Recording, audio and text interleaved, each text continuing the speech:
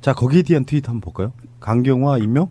Civilization 로마 숫자죠. 6VI 하고 물음표 님의 트윗입니다.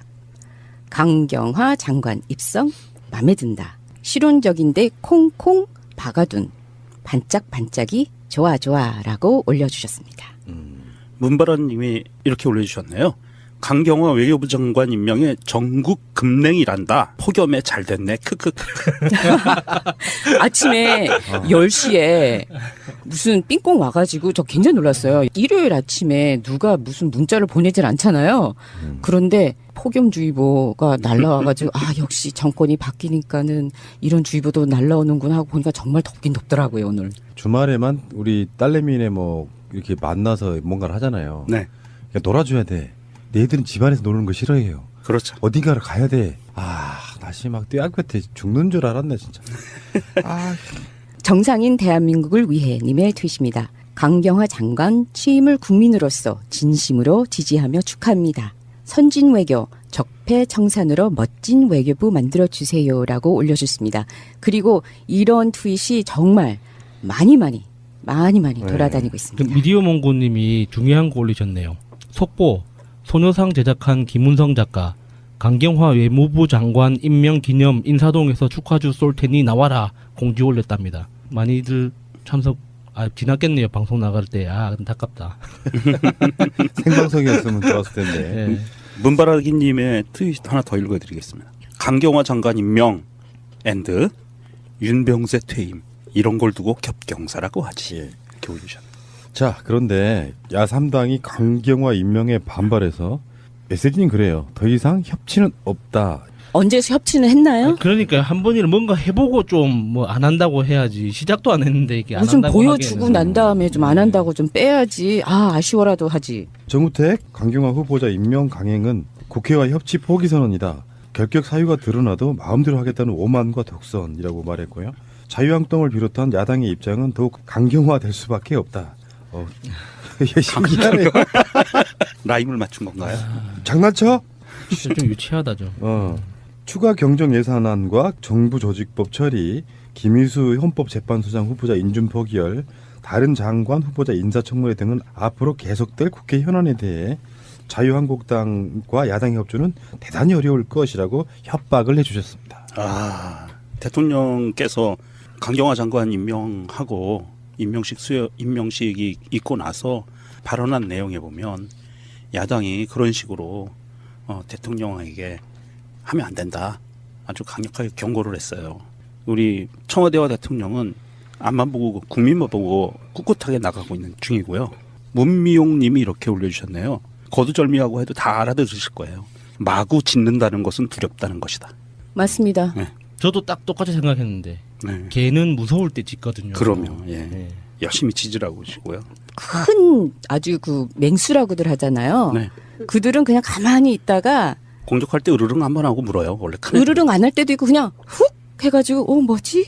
모르고 그냥 당할 때가 많잖아요. 자유한국당과 국민의당, 바른정당 이분들은 다 극렬한 반발을 하는 거죠, 지금. 네. 근데 나는 이 시스템을 좀 바꿨으면 좋겠어요. 일단 첫 번째, 강경화는 결정적인 하자가 없었어요. 사실은 스모킹건 같은 게 없었어. 예, 맞아요. 사실 안경환 법무부 장관 후보자 같은 경우는 뭐 내용의 경중 이런 걸 떠나가지고요. 그러니까 어떤 흐름상 그 가짜 결혼 이것은 스모킹건이 될 수 있었던 부분이 있었어요. 예. 법무부 장관 후보자가 아니었다면 다르게 해석될 수도 있었는데 강경화 외교부 장관 후보자에 대해서는 사실 스모킹건이 없는 상태에서 문재인 대통령이 처리하기도 굉장히 애매한 상태였습니다. 그러니까 자기들이 정권을 쥐고 있는 사람이고 그리고 실제로 어떤 국민의 연모를 받아서 정말 지지율도 고공행진을 하고 있는 정도의 대통령이 임명한 상태라고 하면 나는 강경화 후보자에 대해서 자기들이 처음부터 취했던 그 스탠스를 바꿔주는 것이 저는 맞다고 생각을 했거든요. 근데 청문회에서도 별게 나온 게 없는데 한 번 정해놓고 나서 절대 안 돼 하니까 사실은 청문회 무력화시킨 건 그 사람들이라고 생각해요. 예. 청문회를 까봤더니 나쁘지 않았다고 하면 바꿔줘야 될 거 아니에요. 그러니까 이거를 받아들일 때 우리는 어떻게 받아들일 수밖에 없냐면 이 사람들은 청문회랑 상관없이 강경화가 싫었구나. 이렇게 받아들일 수밖에 없는데 그 문재인 대통령이 거기다 대놓고 당신네들이 싫어하니 내가 임명을 철회하겠어. 이렇게는 할 수 없잖아요. 예. 뭐 자유당 같은 경우에서 뭐 논평을 하는 거는 뭐 다 뭐 개가 짖는다 생각할 수 있겠지만 그 국민의당이나 바른정당에서 말하는 걸 보면은 좀 도저히 좀 이해하기가 힘든 게요. 이 사람들이 도대체 원하는 게 뭔지를 모르겠어요. 그러니까 촛불 집회 이후로, 그러니까 박근혜 탄핵 이후로 우리나라는 정말 세계사에 없던 역사를 새로 써나가고 있는 거거든요. 그렇죠. 예. 그러니까 문재인 대통령이 당선되면서 앞으로 이제 그 우리가 보게 될 거는 그 모바일 중심의 시민 네트워크가 정치에 어떻게 작동하는지, 그리고 또 정치를 어떻게 바꿔나가는지, 그리고 학습 수준이 일정 수준 이상 넘어가는 시민들이 국민회에서 일정 수준 분포를 넘어가면 그 시민들이 정치를 어떻게 대응하고 받아들이는지 이런 것들을 우리가 앞으로 보게 될 건데, 지금 뭐 그 바른정당도 그렇고 그 국민의당은 공수 위치만 바뀌었다고 생각하나 봐요. 그냥 자기들이 그렇지. 원래 하던 그 정치 바닥이 그대로 있고 지금 모든 게 변했거든요. 근데 자기들 보기에는 다 그대로 있고 그냥 그 있던 자리가 그 공격과 수비 위치만 바뀌었다고 하나 본데 너무 답답해요. 진짜 이거를 어떻게 이 사람들을 어떻게 이해해야 될지 모르겠어요. 제 주장대로라고 하면 패러다임이 바뀌었다. 예. 네, 맞아요. 세상을 바라보는 시각도 바뀌어야 되고 예. 바뀌었는데 그러니까 그런 거잖아요. 여론고를 발목 잡기라고 하는 거죠. 반대를 위한 반대. 별 문제 없었으면 자기들이 되돌리면 돼요. 예. 전혀 되돌리지 않으면서 임명했다고 그 야당을 무시했네. 그러니까 협치라는 부분은 진짜 웃긴 거예요. 자유한국당은 협치의 대상이 아니다라고 제목도 나갔었지 않습니까? 맞습니다. 예. 바로 열구가 뭐였죠? 옛날 같으면 척살. 제가 생각하는 단어는 세 가지나 있는데 그 방송 내용에서는 참수였어요. 참수였어요. 먹을 치는 거. 예.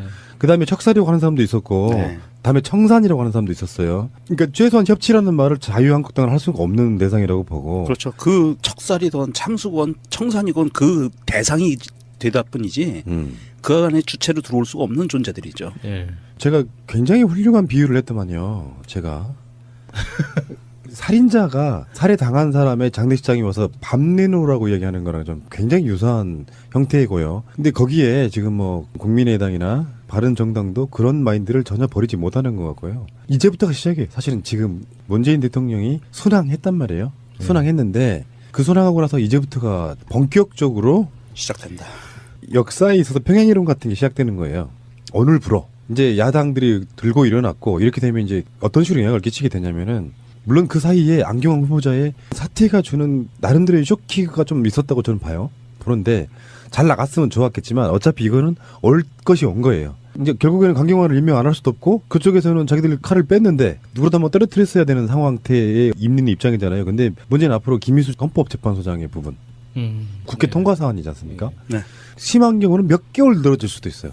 그런데 그분은 어차피 지금 재판관이시면서 그러니까 지금 권한대행 소장- 전에 예. 대행하고 계시고 네. 그러니까 뭐 안 해줘도 지금 대행으로 하고 계시니까 네. 큰 네. 문제는 없어요. 네, 큰 문제는 없다고 생각을 계속 발목을 잡겠죠. 그렇죠. 예. 네. 근데 바른정당하고의 뭐 국민의당 이렇게 나올 거라고는 생각은 했지만 정말 그대들이 생각하는 큰형님 트럼프를 좀 한번 보세요. 그 사람이 시대의 흐름을 지금 잘 타고 있지를 못하여서 지금 굉장히 곤욕을 지금 치르고 있습니다. 좀 2017년으로 지금 빨리 패스트포워드를 하셔가지고 좀 같이 갑시다 좀. 자, 그래서 지금 그 청와대에서는 최근에 발표한 것 중에 하나가 인사추천이라는 것을 가동하겠다. 민정수석실도 있고 그 인사수석도 있었지만 한꺼번에 많은 것들이 우리가 생각했을 때는 뭐 장관 몇 명 이런 게 아니잖아요. 그렇죠. 예. 수도 없이 많은 관련된 분들을 지금 뭐 한 60~70명 이상 이렇게 발굴이 내야 되는 상황에서 더 이상 꼬투리를 주면 안 되겠다 싶어가지고 이번 주부터 인사추천이라는 거를 가동한다고 하는데요.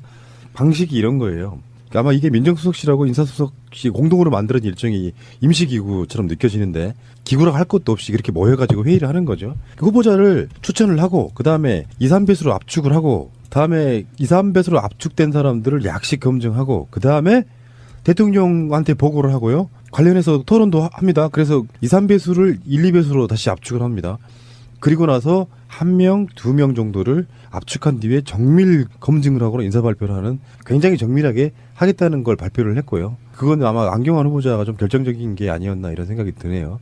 근데 이게 언론들이 정말 또 화딱지나게 하는 게 연합뉴스가 이게 그 통신사지 않습니까? 네. 이게 언론사라기보다 통신사인데 통신사가 낸 기사가 문재인 정부 초대 내각 인선이 난항을 겪고 있는 가운데 청와대가 금주중 가동하기로 한 인사추천위원회의 역할에 관심이 쏠리고 있다. 이렇게 멘트를 시작하거든요. 청와대가 잘못하는 것 같잖아요. 청와대 인선이 난항을 겪고 있는 이유가 이 그 다른 그 기사에 봐도 인맥 난항, 인사 난항 이런 표현들이 계속 그 반복해서 등장하는데 이거 분명히 이거 청와대가 잘못하고 있다라는 전제가 돼 있는 표현이거든요. 책임 소재가 어디 있는지 보는 사람은 다 알고 있잖아요. 이게 지금 각 언론들에서는 지금 그 야수님이 말씀하신 대로 인사난맥상을 타개하기 위해서 이 인사추천위원회를 네. 가동한다라고 지금 이야기를 하고 있는데 저는 약간 좀 다르게 봐요. 어떤 부분이냐면 어차피 이거는 가동돼야 될 기구였는데 네. 급한 인사, 제일 시급한 인사를 어느 정도 돼가는 상황에서 이제는 이제 이거를 가동해서 움직일 수 있는 여력이 좀 생겼다나 저는 이렇게 보거든요. 전 정부도 있었잖아요. 노무현 정부나 이명박 정부, 박근혜 정부도 인사 검증위는 발동이 됐었어요. 근데 이번에는 처음 인사할 양이 너무 많다 보니 인사추천위를 여는 것 자체가 어려웠다는 그 청와대 관계자와 인터뷰도 있었고, 그런데 이번에는 정말 그 야당 쪽에 그 협치하자고 처음부터 양해를 구하면서 들어간 거였었잖아요. 이게 다 사실은 야당 때문이에요. 맞습니다. 보세요. 참여정부 때까지만 해도 인재풀, 인사풀 이런 거 맞습니다. 시스템이 있으면 그거 다 완전 무너뜨려놨죠. 일단 네. 첫 번째. 네. 두 번째, 탄핵으로 이렇게 급작스럽게 대통령이 뽑히다 보니 인수위원회라는 것을 거치지 않으면서 나는 오히려 이 정도 해낸 것도 저는 기적이라고 봤거든요. 기적이죠. 한 달밖에 안 됐는데. 지금 이 정도 해놓은 것을 기적이라고 봐요. 인사 난맥이요? 건건이 그런 식으로 난맥이라고 볼 수 있습니까? 그 많은 인사들 중에 그 정도 곤란했으면 인사 난맥이 아니라 선방한 거라고 저는 보거든요. 대한민국뿐이 아니라 역대 이래로 유사 이래로 이렇게 강직하고 깨끗한 사람들이 내각에 들어간 적이 있었나요? 저도 아니, 이런 깜짝 놀랐어요. 우리나라에 이렇게 훌륭하신 분이 많은 줄 몰라가지고. 그래서 이런 얘기 한번 해봅시다. 신기한 게 있더라고요.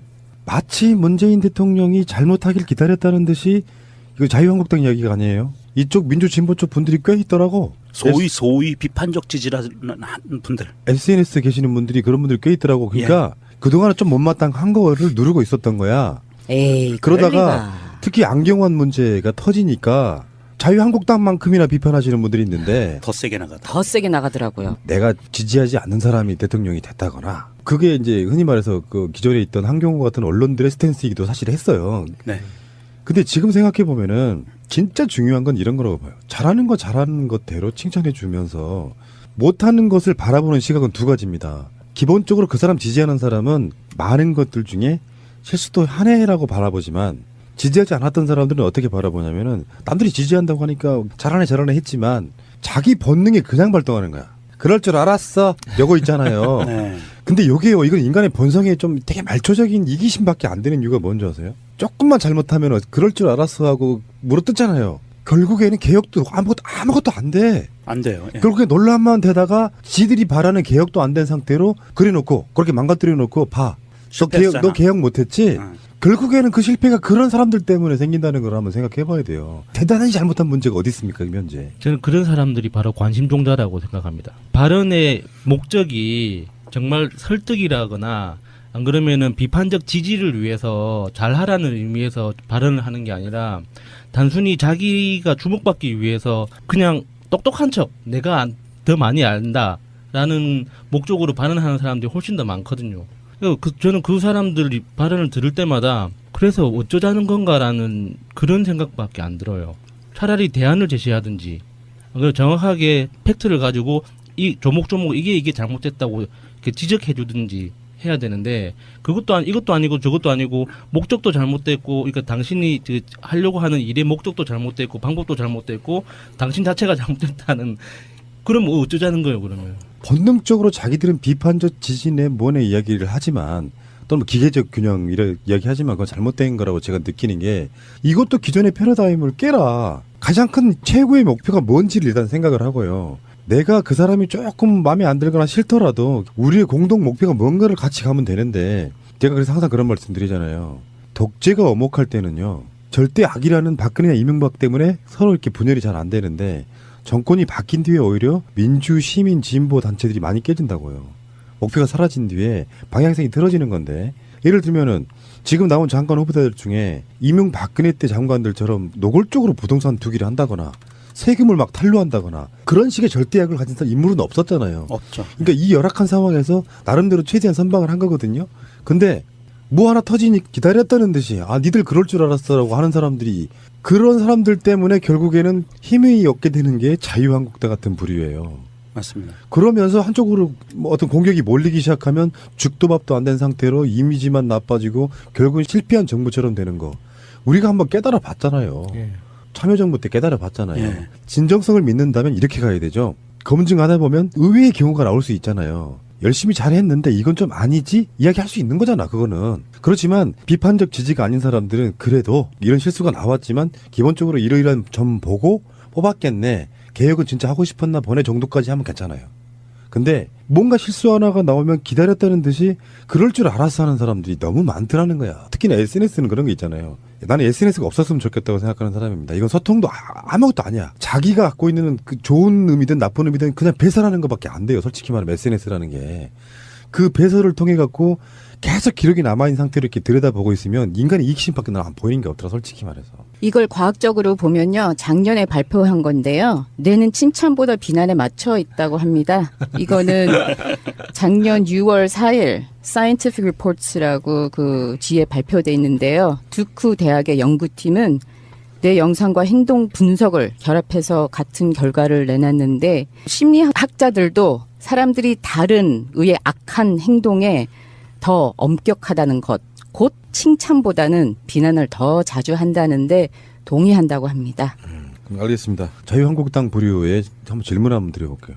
당신들이 대통령이라면 임명 안 했겠습니까? 똑같다. 저는 그렇게 생각을 하고요. 반기문 유엔 사무총장 포함, 당신네들이 대선 후보를 올리려고 했던 반기문 유엔 사무총장 포함, 당신네 정권에도 있었던 외교 장관들도 임명 지지를 할 만큼 나름대로 기대가 되는 인사라고 말씀드리고 싶네요. 대통령의 장관 임명권은 헌법에 보장된 권리입니다. 강행이라고 표현하면 안 돼요. 예. 임명권 행사. 시 정말 많이 돌아다니고 있습니다. 미디어 몽고님이 중요한 거 올리셨네요. 속보 소녀상 제작한 김문성 작가 강경화 외무부 장관 임명 기념 인사동에서 축하주 쏠 테니 나와라 공지 올렸답니다. 많이들 참석 지났겠네요. 방송 나갈 때. 안타깝다. 생방송이었으면 좋았을 텐데. 예.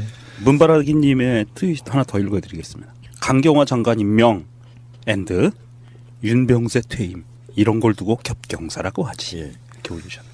자, 그런데 야3당이 강경화 임명에 반발해서 메시지는 그래요. 더 이상 협치는 없다. 언제 협치는 했나요? 그러니까 한 번이라도 뭔가 해보고 좀 뭐 안 한다고 해야지. 시작도 안 했는데 이게 안 무슨 한다고 보여주고 하기에는. 난 다음에 좀 안 한다고 좀 빼야지. 아쉬워라도 하지. 정우택 강경화 후보자 임명 강행은 국회와 협치 포기 선언이다. 결격 사유가 드러나도 마음대로 하겠다는 오만과 독선이라고 말했고요. 자유한국당을 비롯한 야당의 입장은 더욱 강경화될 수밖에 없다. 신기하네요. 라임을 맞춘 건가요? 장난쳐? 좀 유치하다 좀. 추가 경정 예산안과 정부 조직법 처리, 김희수 헌법재판소장 후보자, 사실 안경환 법무부 장관 후보자 같은 경우는 뭐 내용의 경중 이런 걸 떠나가지고요. 그러니까 어떤 흐름상 그 가짜 결혼 이것은 스모킹 건이 될 수 있었던 부분이 있었어요. 예. 법무부 장관 후보자가 아니었다면 다르게 해석할 수도 있었는데 강경화 외교부 장관 후보자에 대해서는 사실 스모킹 건이 없는 상태에서 문재인 대통령이 처리하기도 굉장히 애매한 상태였습니다. 그러니까 자기들이 정권을 쥐고 있는 사람이고 그리고 실제로 어떤 국민의 연문을 받아서 정말 지지율도 고공행진을 하고 있는 정도의 대통령이 임명한 상태라고 하면 나는 강경화 후보자에 대해서 자기들이 처음부터 취했던 그 스탠스를 바꿔주는 것이 저는 맞다고 생각을 했거든요. 근데 청문회에서도 별게 나온 게 없는데 한번 정해놓고 나서 절대 안 돼 하니까 사실은 청문회 무력화시킨 건 그 사람들이라고 생각해요. 청문회를 까봤더니 나쁘지 않았다고 하면 바꿔줘야 될 거 아니에요. 그러니까 이거를 받아들일 때 우리는 어떻게 받아들일 수밖에 없냐면 이 사람들은 청문회랑 상관없이 강경화가 싫었구나. 이렇게 받아들일 수밖에 없는데 그 문재인 대통령이 거기다 대놓고 당신네들이 싫어하니 내가 임명을 처리하겠어. 이렇게는 할 수 없잖아요. 예. 그러니까 뭐 자유당 같은 경우에서 뭐 논평을 하는 거는 뭐 다 뭐 개가 짖는다 생각할 수 있겠지만 그 국민의당이나 바른정당에서 말하는 인준 포기열 다른 장관 후보자 인사청문회 등은 앞으로 계속될 국회 현안에 대해 자유한국당과 야당의 협조는 대단히 어려울 것이라고 협박을 해주셨습니다. 대통령께서 강경화 장관 임명하고 임명식이 있고 나서 발언한 내용에 보면 야당이 그런 식으로 대통령에게 하면 안 된다. 아주 강력하게 경고를 했어요. 우리 청와대와 대통령은 앞만 보고 국민만 보고 꿋꿋하게 나가고 있는 중이고요. 문미용 님이 이렇게 올려주셨네요. 거두절미하고 해도 다 알아들으실 거예요. 마구 짖는다는 것은 두렵다는 것이다. 맞습니다. 네. 저도 딱 똑같이 생각했는데 네. 개는 무서울 때 짖거든요. 그럼요. 예. 네. 열심히 짖으라고 하시고요. 큰 아주 그 맹수라고들 하잖아요. 네. 그들은 그냥 가만히 있다가 공격할 때 으르릉 한번 하고 물어요. 원래 큰 으르릉 안 할 때도 있고 그냥 훅 해가지고 뭐지? 모르고 그냥 당할 때가 많잖아요. 자유한국당과 국민의당, 바른정당 이분들은 다 극렬한 반발을 하는 거죠, 지금. 네. 근데 나는 이 시스템을 좀 바꿨으면 좋겠어요. 일단 첫 번째, 강경화는 결정적인 하자가 없었어요. 사실은 스모킹건 같은 게 없었어. 예, 맞아요. 자, 거기에 대한 트윗 한번 볼까요? 강경화 임명? Civilization 로마 숫자죠. 6VI 하고 물음표 님의 트윗입니다. 강경화 장관 입성 마음에 든다. 실용적인데 콩콩 박아둔 반짝반짝이 좋아 좋아라고 올려주셨습니다. 문바란 님이 이렇게 올려주셨네요. 강경화 외교부 장관 임명에 전국 급냉이란다. 폭염에 잘 됐네. 크크크. 아침에 10시에 무슨 삥꽁 와가지고 저 굉장히 놀랐어요. 일요일 아침에 누가 무슨 문자를 보내질 않잖아요. 그런데 폭염주의보가 날라와가지고 역시 정권이 바뀌니까는 이런 주의보도 날라오는구나 하고 보니까 정말 덥긴 덥더라고요 오늘. 주말에만 우리 딸내미네 이렇게 만나서 뭔가를 하잖아요. 네. 그러니까 놀아줘야 돼. 얘들은 집안에서 노는 거 싫어해요. 그렇죠. 어딘가를 가야 돼. 다시 막 떼약볕에 죽는 줄 알았네 진짜. 정상인 대한민국을 위해 님의 트윗입니다. 강경화 장관 취임을 국민으로서 진심으로 지지하며 축하합니다. 선진 외교, 적폐 청산으로 멋진 외교부 만들어주세요라고 올려주셨습니다. 그리고 이런 트윗이 걸 보면은 좀 도저히 좀 이해하기가 힘든 게요. 이 사람들이 도대체 원하는 게 뭔지를 모르겠어요. 그러니까 촛불 집회 이후로, 그러니까 박근혜 탄핵 이후로 우리나라는 정말 세계사에 없던 역사를 새로 써나가고 있는 거거든요. 그렇죠. 예. 그러니까 문재인 대통령이 당선되면서 앞으로 이제 우리가 보게 될 거는 모바일 중심의 시민 네트워크가 정치에 어떻게 작동하는지, 그리고 또 정치를 어떻게 바꿔나가는지, 그리고 학습 수준이 일정 수준 이상 넘어가는 시민들이 국민회에서 일정 수준 분포를 넘어가면 시민들이 정치를 어떻게 대응하고 받아들이는지 이런 것들을 우리가 앞으로 보게 될 건데, 지금 바른정당도 그렇고 국민의당은 공수 위치만 바뀌었다고 생각하나 봐요. 그냥 자기들이 그렇지. 원래 하던 정치 바닥이 그대로 있고 지금 모든 게 변했거든요. 근데 자기들 보기에는 다 그대로 있고 그냥 있던 자리가 공격과 수비 위치만 바뀌었다고 하나 본데 너무 답답해요. 진짜 이거를 어떻게 이 사람들을 어떻게 이해해야 될지 모르겠어요. 제 주장대로라고 하면 패러다임이 바뀌었다. 예. 네, 맞아요. 세상을 바라보는 시각도 바뀌어야 되고 예. 바뀌었는데 그러니까 그런 거잖아요. 여론고를 발목 잡기라고 하는 거죠.